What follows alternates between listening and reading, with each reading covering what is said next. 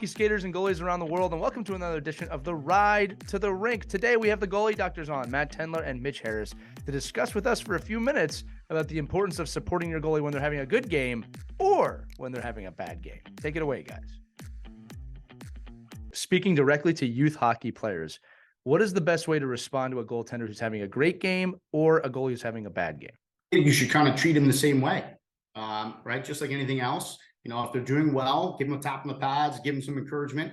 If they're not doing as well, give them a tap on the pads and give them some encouragement, right? Because ultimately, at the end of the day, the job's going to stay the same. And whether or not you're stopping pucks or you're not, it's not about what has happened. It's what is going to happen. What is next, right? And we need that next save. We need that next stop. So as a teammate, you're trying to help, you know, I would say, propel your teammate, your goaltender, to make that next save. And I don't know about anybody else, but whenever I get someone telling me all the things that I've done wrong or all the mistakes that I've made, it's hard for me to focus on what's coming next instead of, hey, we got you, we got this, we're going to pull you out, you know, make that next save, we're coming back.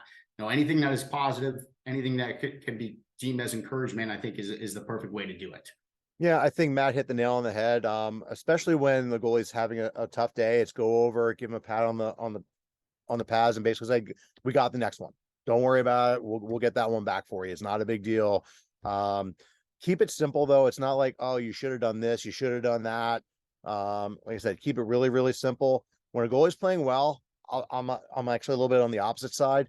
Give him a pat on the tap on the pads and let him be. Like, he's kind of in his zone. Just kind of let him do his thing and let ride out the game, and then you can celebrate after them when the game's over.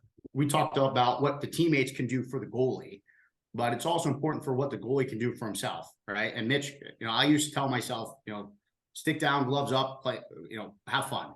And Mitch has a similar saying, right? So, you know, and sometimes goalies just need that short little mantra, and where that, you know, the affirmation statement where you can tell yourself, you know, in a hard time, like, this is what you need to do to reset the brain and get back to it. You know, I let up a bad goal. You know, what I would use to skateboard to board, get back to my net, stick down, gloves up, let's go have some fun and let's get back to work. And that was a good way for me just to kind of reset my mind and reset my, you know, my process. But it does help when you have good supportive teammates that are going to come up to you, tap on the pad and say, I got the next one for you. We'll get you, we'll bail you out.